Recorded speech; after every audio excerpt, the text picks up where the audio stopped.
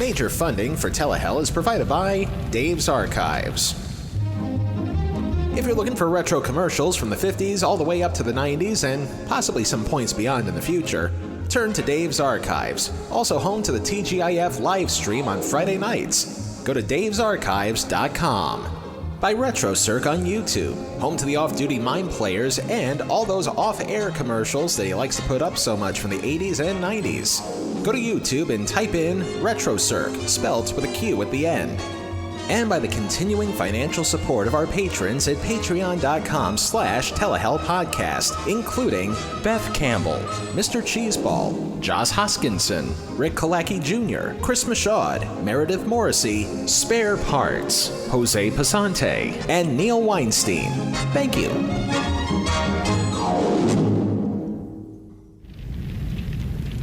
So let's recap. The UPN network in 1996 had a singular objective in mind: tap into a demographic that's been largely ignored by all other broadcast networks. That of the urban audience. Thanks to the earlier premiere of Moesha in January of 1996, the network built on that success by expanding from 2 nights a week, Mondays and Wednesdays, to 3 nights by introducing more comedies on their schedule for Tuesday nights. The fall of 1996 at UPN would see the acquisition of NBC's LL Cool J sitcom In the House, which would last another 3 seasons added to the 2 it already had. The network would also debut Sparks, with a post-Fresh Prince, James Avery, and Good Behavior, starring George Jefferson himself, Sherman Helmsley.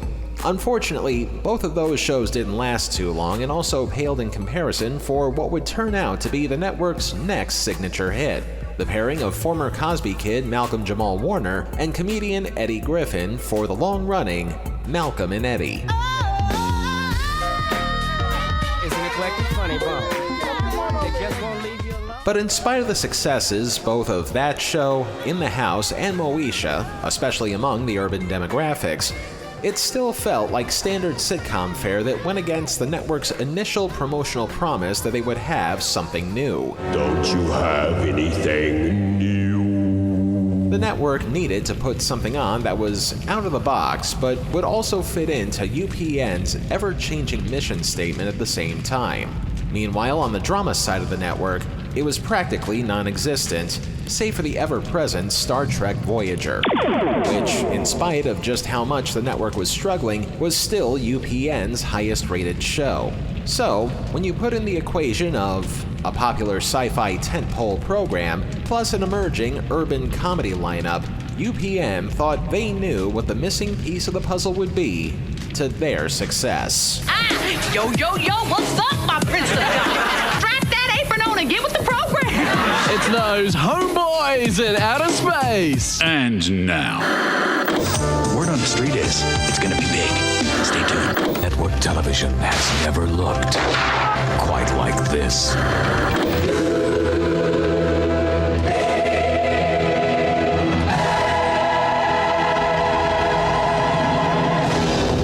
it's UPN November in Telehell. William Shakespeare once wrote, "What's in a name? That which we call a rose by any other name would smell just as sweet." We mention this because one of our many creeds and codes around here is that we judge a TV show based on its content and, on some occasions, the performance of its performers, and not because of anything superficial, like, say, how weird a set looks or how garish special effects may be, or anything else that wouldn't affect the overall judgment of a show in the long term. That being said, I'm going to read to you now the synopsis of this show that I found on its IMDb page. The synopsis, as written by a user named Blackjack1998, says, and I quote, "Straight-laced Morris Clay and fun-loving Tiberius Walker are 2 Han Solo wannabes who fly around the galaxy in the Space Hoopty, a used starship that looks like a winged car and comes with a smart-mouthed computer named Loquacia, who has the hots for Morris. Ty and Morris go on wild adventures while taking abuse from Ty's brother-in-law, Vashti, and get shown up by gorgeous bounty hunter Amma most of the time." End quote. Without mentioning the show's title, you'd think, Okay, it's obviously a parody of old space shows, and they're clearly using an urban twist to it. But if I were to use that same description and then immediately tell you that the show was called Homeboys in Outer Space, I can almost guarantee that if this were 1996, you'd change the channel without watching a single frame of the show. But I'm getting ahead of myself. Our story begins with TV scribe and novelist E. Van Lowe, the E standing for Eric. A writing veteran of such shows as The Cosby Show and Rock Live, Van Lowe would make his mark as a TV creator alongside veteran producer Michael Jacobs with the debut of 1993's Where I Live on ABC, a show notable for being a breakout role for actor Dougie Doug. You know, the guy from Cool Runnings? Unfortunately, the show didn't have too much of a chance because it was a classic case of good show, but wrong network. So, off the air it went by 1994. Two fringe benefits of the show, however. It was through his co-creating of the show with Jacobs that Van Lowe maintained a professional relationship with Touchstone Television, a division of the happiest monolith on Earth, Disney. So when the time came for Van Lowe to come up with his next idea, Touchstone was more than eager to accept it. All they needed was a network to shop it to. Fortunately, by the mid-90s, a certain TV network popped up that was looking for shows that appealed to urban audiences. But at the same time, they were still a young enough network that they were willing to put just about anything on the air. The second fringe benefit of Van Lowe's Where I Live was an up-and-coming talent that he hired to be one of the co-stars in the show, a comedian named Mark Alexander Knox, or as he would call himself for showbiz, Flex Alexander, or simply for short, Flex. Now the elephant fell in the hole. He said, "Say, you gonna get me out?" Ann said, "Give me 15 minutes, I'll be back." Ann came back with a Corvette, tied a rope around the fender, threw it down there, and pulled him up. Walking down the street some more. The ant fell in the hole. He said, "Say, you gonna get me out?" Elephant backed up, pulled out his dick, threw it down there, and pulled him up. Now the moral to the story is, long as you got a big dick, you don't need a Corvette. Because I've been riding the train for years. While Flex would later go on to have a fruitful career, especially on the later UPN hit One on One, he started the same way many performers would, harnessing and honing his abilities on the stand-up circuit, all the while looking for that one gig that would help him break out a little. That potential breakout role would be one that Van Lowe would write not just for him, but for his potential co-star, a relative newcomer to the business named Mel Jackson, who, not unlike Flex, would also have a long, fruitful career ahead of him. But now we need to put bold italics and an underline on the words potential co-star, because Jackson would only appear in the, till recently discovered online, unaired pilot episode of Homeboys in Outer Space. I mean, really, say the title to yourself several times in your head and then ask yourself if this was destined to succeed in spite of its honest-to-Satan efforts. The spring of 1996.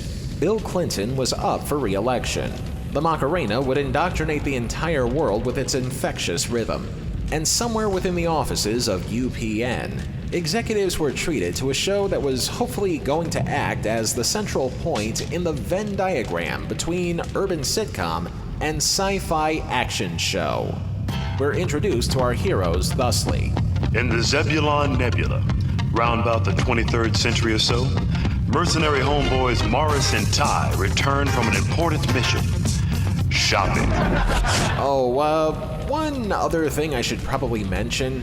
Since this is an unaired pilot, something that I noticed, not just here, but also in the unaired Geico Cavemen pilot, is that pilot episodes tend to use copyrighted songs to pad out their background music until the time comes when their show gets picked up, and the music in question is then replaced with whoever they hire to compose it.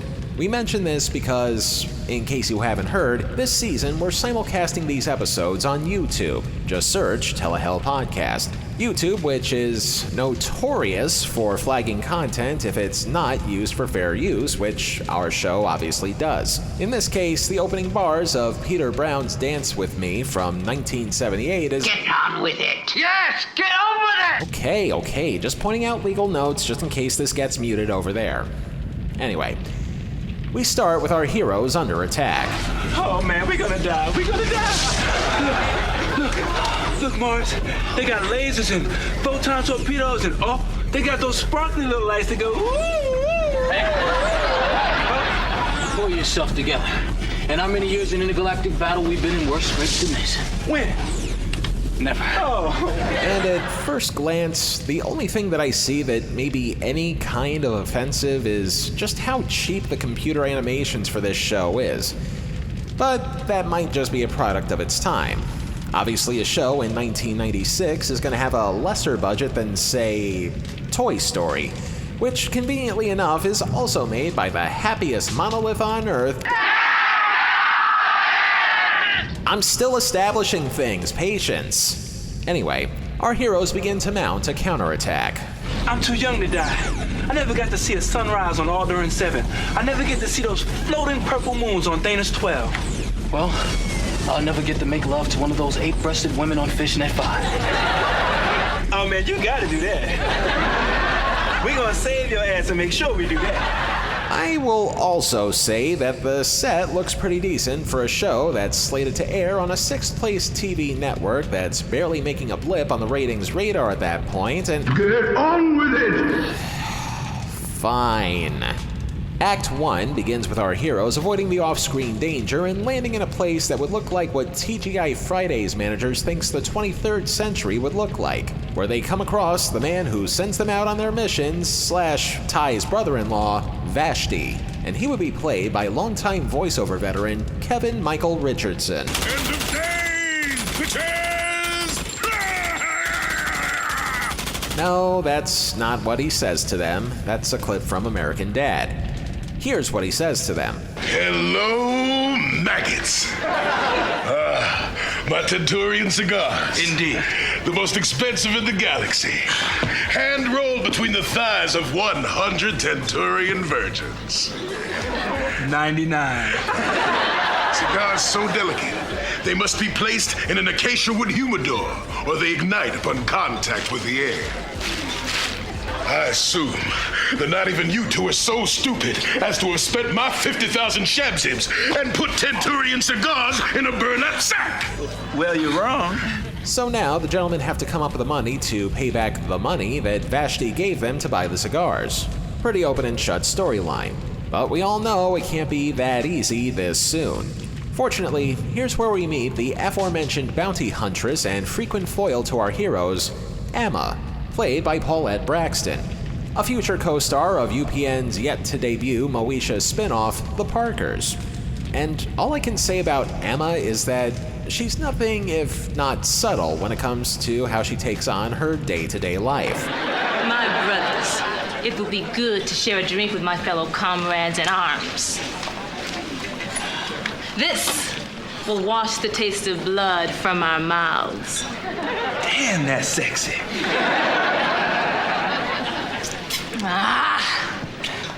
After I have satisfied my thirst, I shall buy myself a man to satisfy my other desires. If by subtle you mean using the Death Star to light birthday candles. In other words, the show needed a reason to get men to tune in, no matter how the rest of the show would play out. Credit where credit's due, if a TV show had somebody dress up in a skin-tight catsuit leaving nothing to the imagination, I'd tune in. Because I'm not made of goddamn stone. Anyway, after Emma rejects Vashti's latest mission offer, the two gentlemen are none too eager to accept, with some conditions. This mission is dangerous and demanding. Does it still pay 150,000 shabzips? Minus my 50,000 shabzib finder's fee. We'll do it. Minus the 50,000 shabzibs you owe me for the cigars. Well, that still leaves us 50,000 shabzibs. Cool, we good. Minus the final 50,000 shabzibs for the cigars. But you already said that. Blushed feels like saying it again. That was pointless. After a quick repair job, it's here where we get to meet the ship's resident onboard computer navigator named Loquacia. Chart us a course to Plutarch and let me know if all systems are go. Morris, you don't need to talk to me so formal. I mean, after all the galaxies we've been to together, it's Loquacia. Or Miss Jones, if you're nasty. Oh my, we're in trouble, aren't we? Oh, hey, Tootie. For those who don't remember from our Geico Caveman episode, this is Tootie the Wonder Elephant, spelt with a Y at the end instead of an IE for legal purposes. He's our resident elephant in the room and our de facto content warning. He's here to chime in whenever something pops up that I'm preeminently unqualified to talk about. Such was the case in the Cavemen sitcom for them overdoing it on the racial undertones.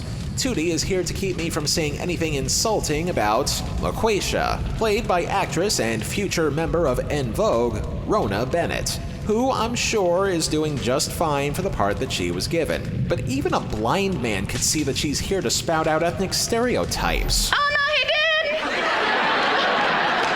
He did not just call me out. I didn't mean any offense by that, but you've been around since. Oh, say it. And you will be picking dilithium crystals out of your gluteus maximus, which ain't nearly as max as you think it is. I know, Tootie. I heard it too. All of it. As the two gentlemen embark on their mission, courtesy of the lady seeking out the Homeboys to give them her package. A lady so attractive that LaQuasia actually gets jealous of one of the Homeboys for dropping a few pickup lines towards the client. At which point, the femputer does whatever the here this is supposed to be.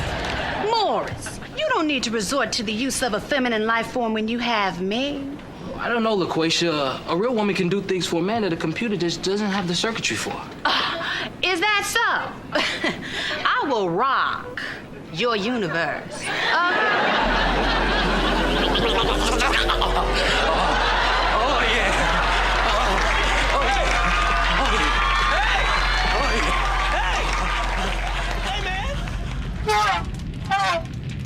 Your guess is as good as mine, Tootie.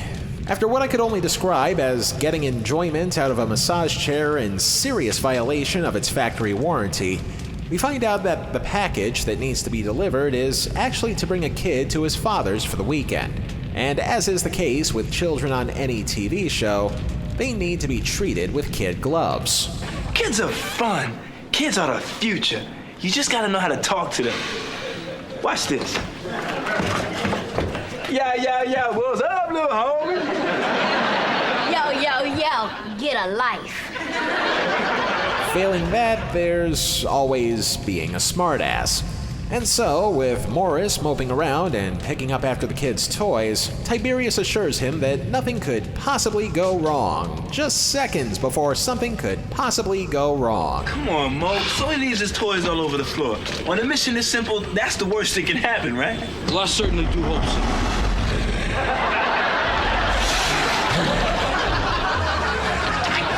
But you and LaQuasia going at it again? Just have fun.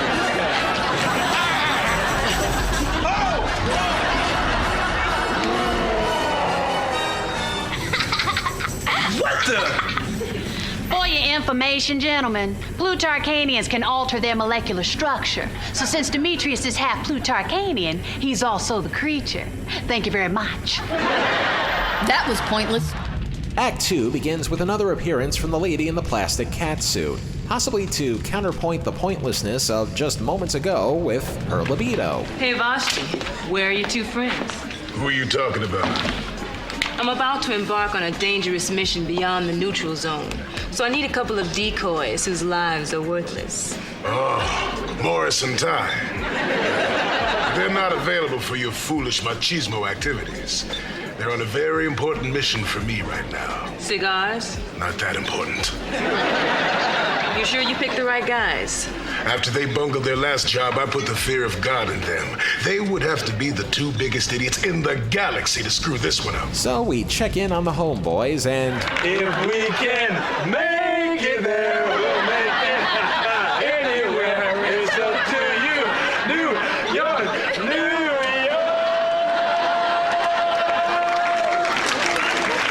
Well, that's all the air.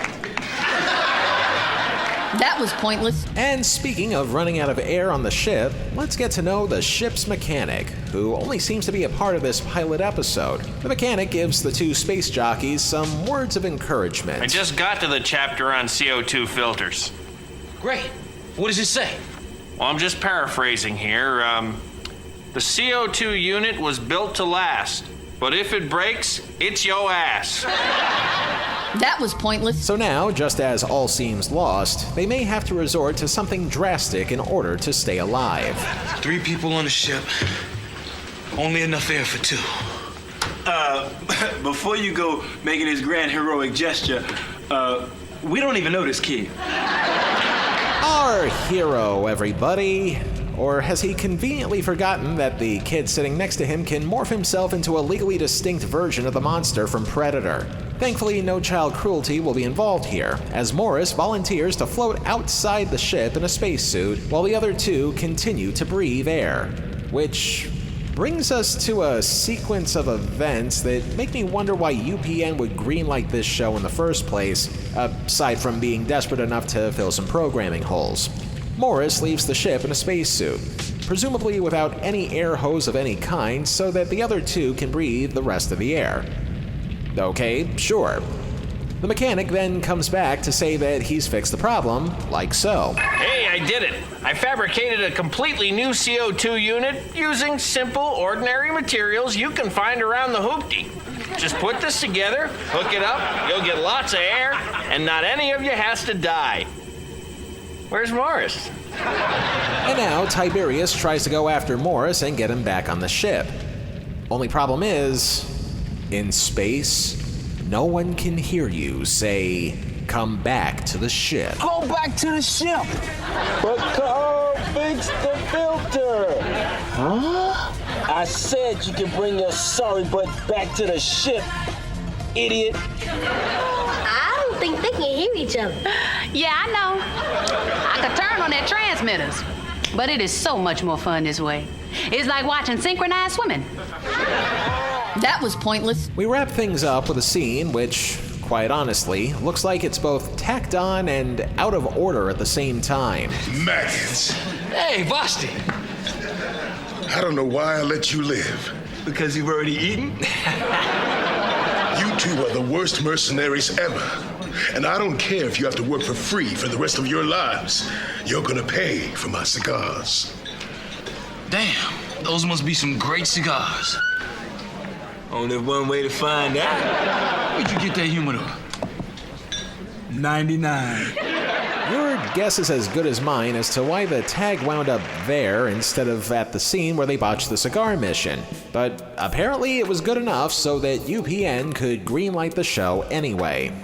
But before that could happen, a few changes had to be made. While we don't know for certain if he wound up taking a much better gig, if the producers of the show didn't like his performance, or that he knew a sinking spaceship in orbit when he saw one, but it would turn out that Mel Jackson wouldn't be going forward in the series as Morris. In his place was another veteran of sitcoms, Daryl M. Bell, who you might remember as Ron on the long-running A Different World. Your mother is so black. When she wears orange lipstick, she looks like a cheeseburger. Between him and the hiring of some soon-to-be durable writers, including a handful of them who would eventually all work together on American Dad, which I'm guessing is the reason why they hired Kevin Michael Richardson years later to play Principal Lewis, but I digress. The pilot was eventually reworked and retooled with a couple of aesthetic differences, including a much bigger role for Paulette Braxton's wannabe Barbarella, a slightly different storyline, and a more substantial budget, all of which culminated in the show being the inaugural program of UPN's new Tuesday night lineup of 1996. Boom, boom, shaka, boom, boom, boom. Homeboys, prepare for takeoff. Not that kind, this kind. Give it up for Hootie Boy. Are the changes enough to help keep this show hovering in orbit, or will this result in the space hoopty burning on re-entry? We'll find out as we try to search for an escape pod. After the break. The great combination in New York. The great combination in New York.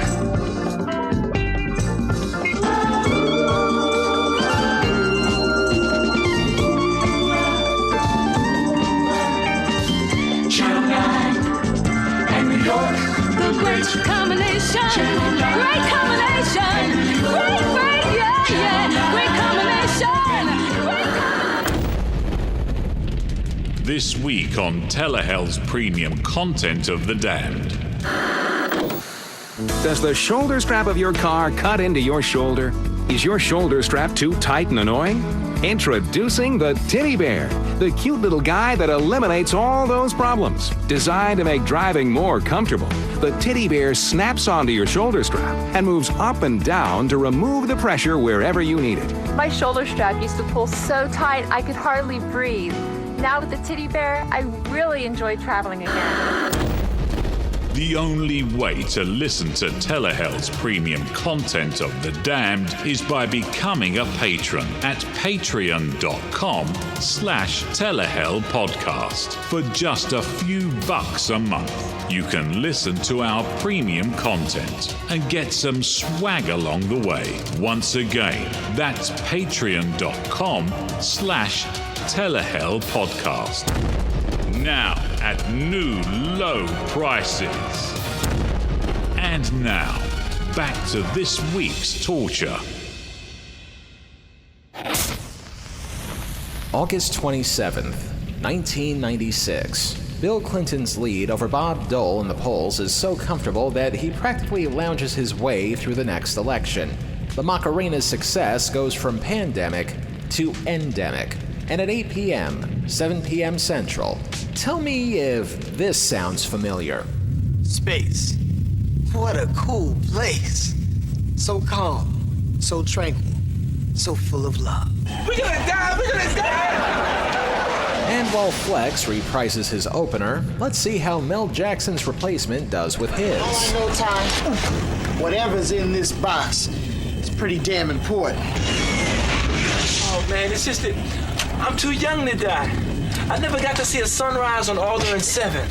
I never got to watch those floating purple moons on Thanos 12. Well, I never got to make love to one of those 8-breasted women on Fishing Edge 5. Never did that?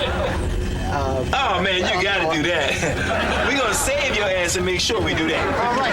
And again, the scene is largely the same, give or take a couple of aesthetic and dialogue-related changes, proving once again that less is more. Which brings us, once again, to the TGI Friday's interpretation of the future and yet another change. Yes, Kevin Michael Richardson is still there as their boss / Tiberius's brother-in-law, but instead of intergalactic cigars, we get... your precious treasure. Mushroom and squirrel. A slice of pizza with a squirrel on it. Interesting 180 to take in place of combustible cigars, but the show's already been greenlit, so whatever. Something else that changed is the show's theme song. Gone are the temporary pop tracks, and in comes an original composition which, not gonna lie, is kind of a bop. Further cementing proof that bad TV shows have something good in their title sequences. Even more so, it explains a little more about the how and why of our two heroes. This is how it all began, the true story of two good friends. Since the age of 5, it's been their dream to run a starship as a team. When everything was going cool, till a minor mishap in flight school. The body ship went very fun, and now they're having fun as homeboys in outer space. Mercenary brothers down for one another. There's no mission that's too tall, ain't no problem they can't solve. So come aboard this space too deep in the 23rd century. Homeboys in outer space. Homeboys. Act 1 of the official first episode starts with something slightly different, as our heroes put together a way to promote themselves above all other galactic bounty hunters. Okay, here's our act. Soldiers of fortune with state-of-the-art spacecraft have flown numerous life-threatening missions and received many accolades. So what do you think? I think whoever put the extra T in butt knew exactly what they were doing.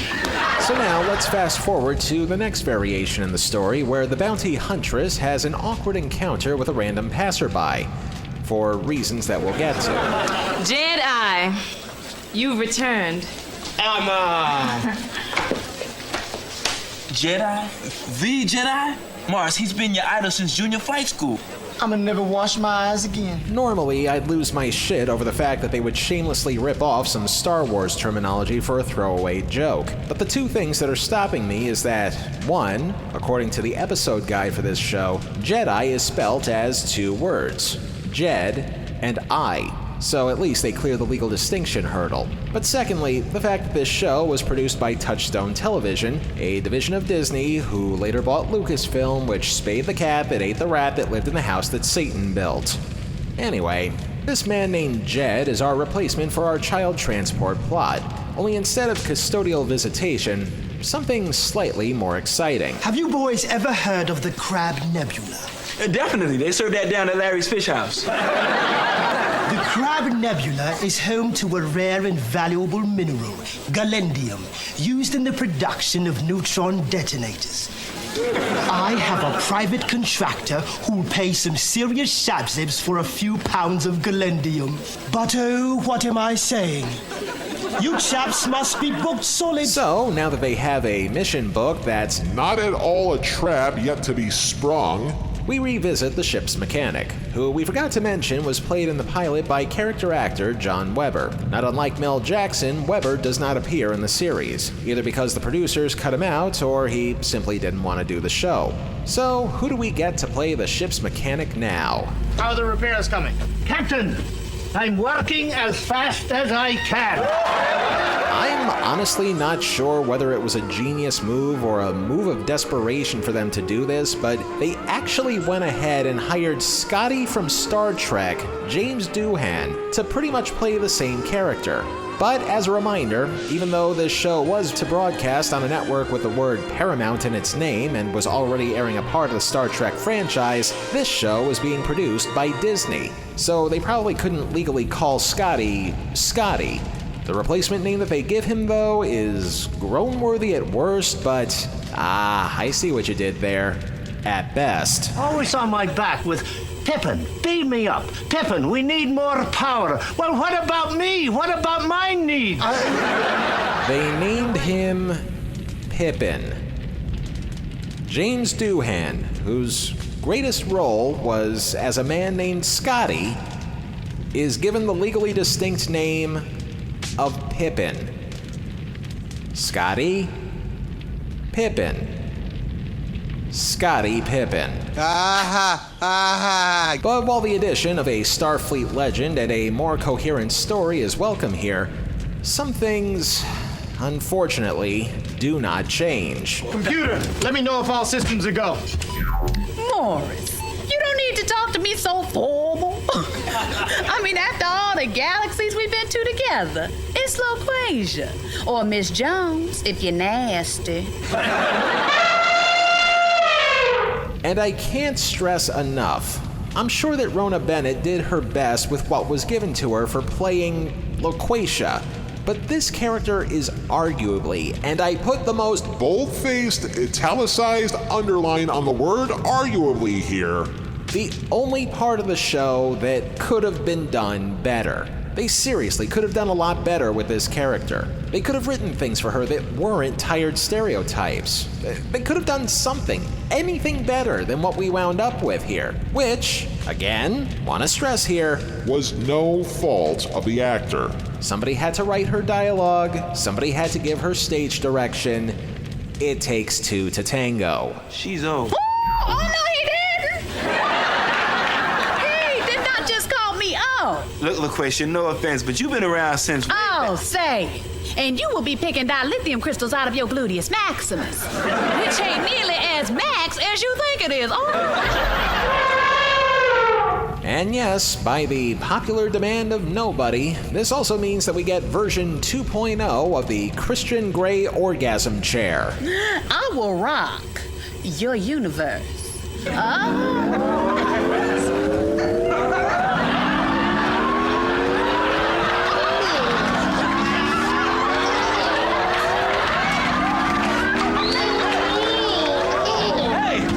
Hey!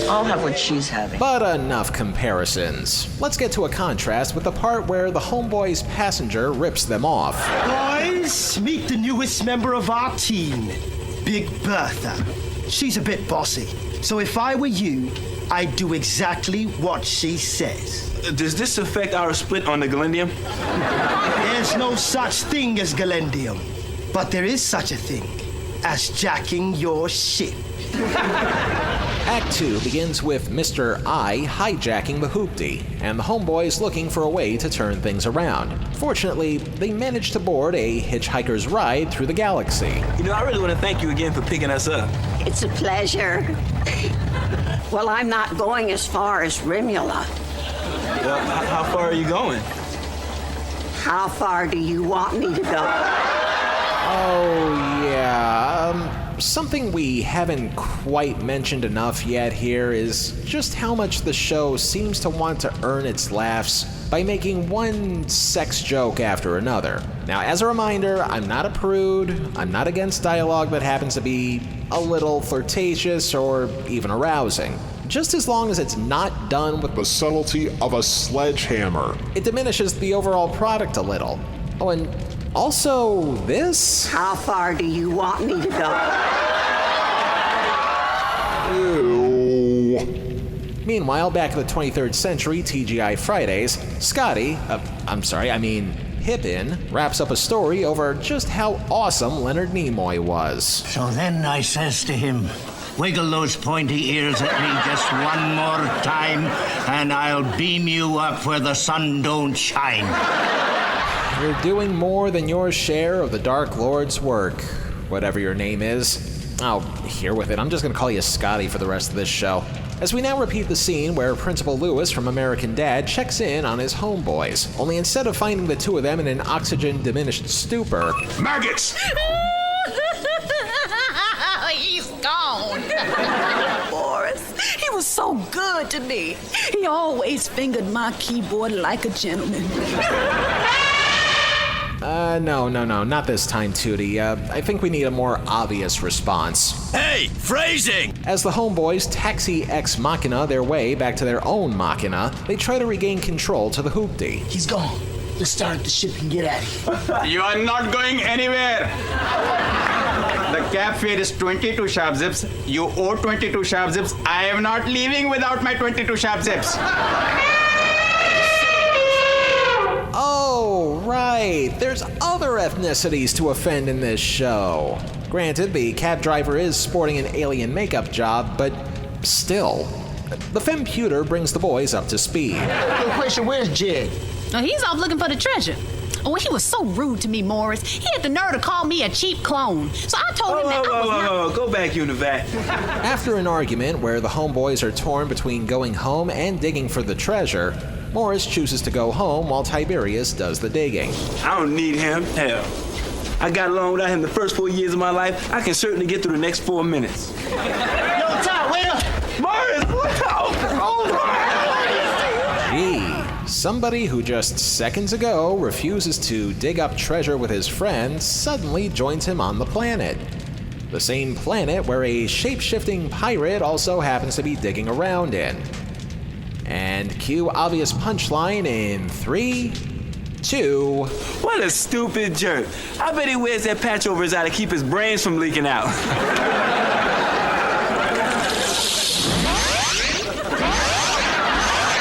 Fool you! And cue obvious real friend returning to save the day in 3, 2... Drop it, Jed!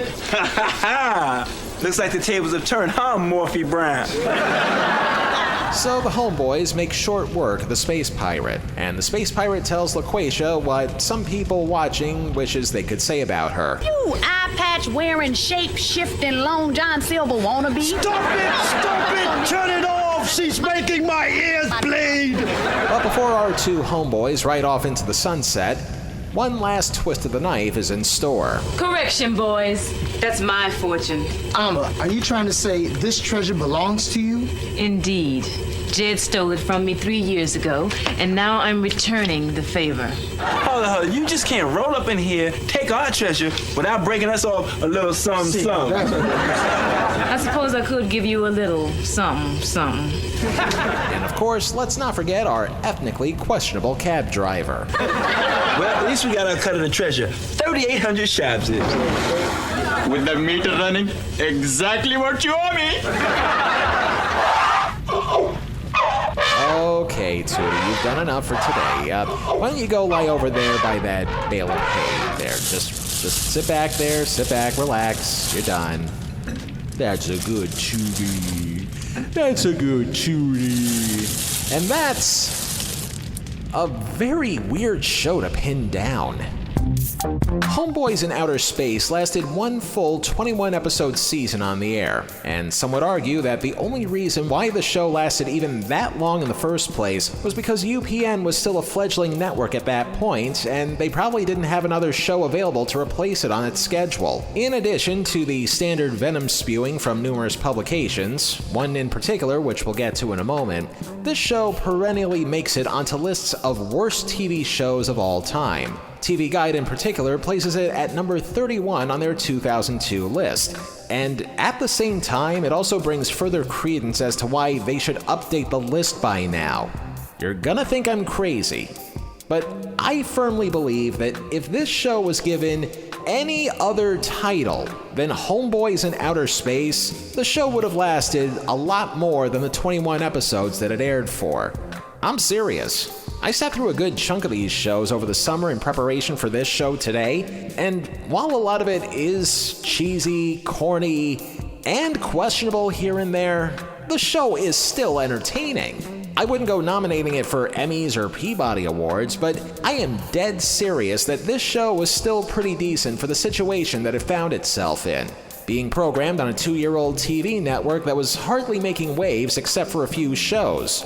And I truly believe that the reason why this show was never given a fair shake was simply because of the fact that the show was called Homeboys in Outer Space, and people were just too quick to turn away from it.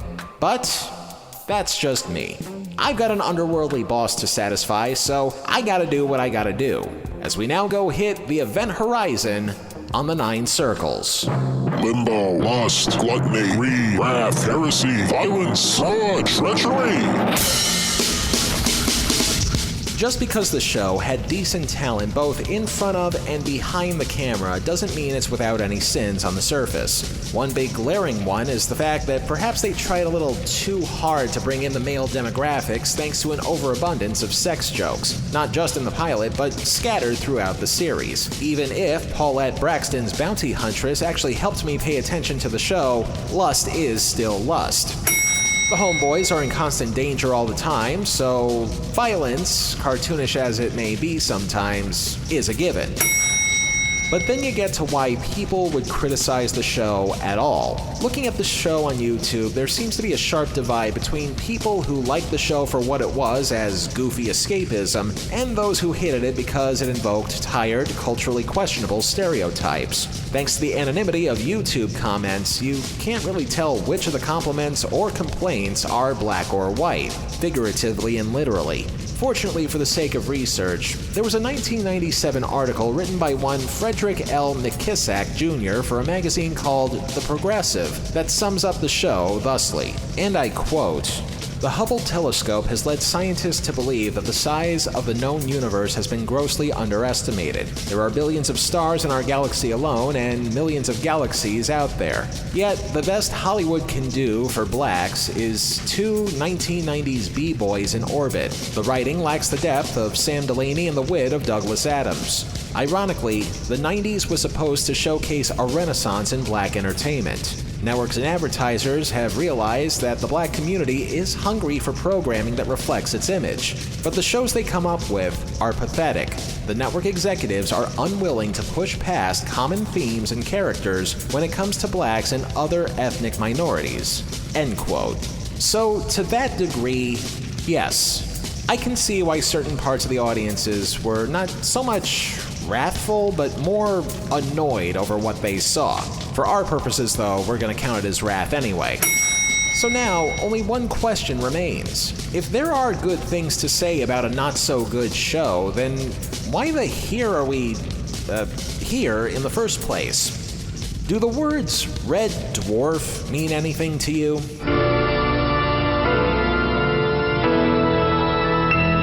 Bet you thought I was gonna forget about this, didn't you? Because clearly, a lot of the critics and viewers seem to have forgotten about this in hindsight. For those who don't know, Red Dwarf was a long-running British sitcom that happens to take place in space. Granted, Red Dwarf's overall plot is a sharp contrast to the Homeboys, but the thing is, Homeboys seem to have lifted more than just an element or two from the series. From people who are needlessly hostile towards the protagonists. Your father was a baboon's rump, and your mother spent most of her life up against walls with sailors. I assume that not even you two are so stupid as to have spent my 50,000 shabzims and put Tenturian cigars in a burlap sack. To the smart-alecky aging humanoid ship computer that wants to get in the last word. This is a recording. I'm afraid Holly is busy at the moment. If you'd like to leave a message after the bleep, he'll get back to you. Bleep. It's LaQuasia. Or Miss Jones, if you're nasty. Even to how cheap the sets and special effects look, though in Red Dwarf's case, the cheapness was entirely intentional. Homeboy's special effects looks like they were trying to squeeze out as many dimes as they could considering how expensive CGI was in the mid-90s. Of course, thanks to legal distinctions up the wazoo, while I'm not going to ring the fraud bell because both of these shows are as different as night and day, I am still going to mark it for heresy on behalf of the sci-fi genre at large. A heresy that I'm almost willing to forgive, however, if they gave Scotty more scenes. Well, what about me? What about my needs?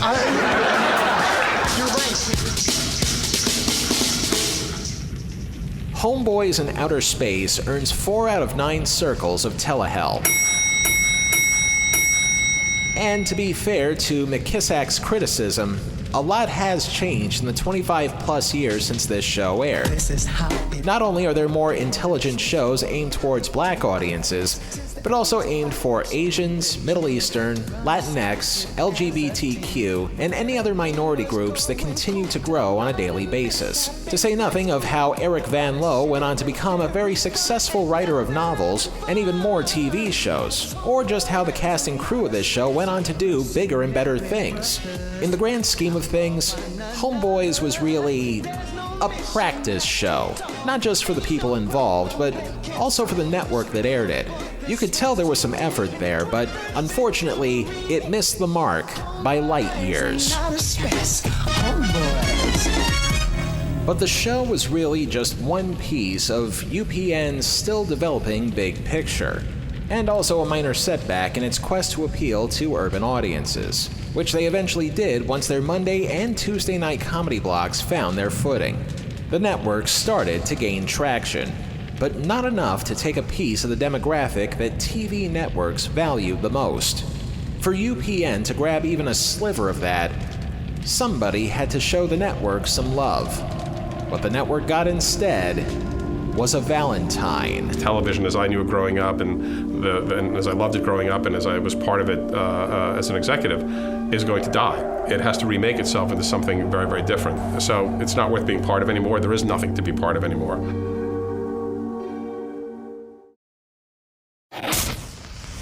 Next time on Telehell, UPNovember continues with Satan Help Me. What is Shasta McNasty? ¿Qué pasa? Oh! Hey! What? It's the show everyone will be talking about this fall. Because there's something about Shasta McNasty. Luke, I'm your father. They're the monkeys of the new millennium. It's evil, but I like it. Until then. If it's not in Telehell, it's not worth a damn. Telehell was written, produced, edited, and narrated by me, Justin Hart. All clips used in this program are protected under the Fair Use Doctrine of the U.S. Copyright Act of 1976, and all clips used come courtesy of their respective companies and owners. Some of the music used in this program comes courtesy of YouTube and their audio library service. Telehell is a production of Horton Road and is distributed by Libsyn. The show may be over, but you know where to find us.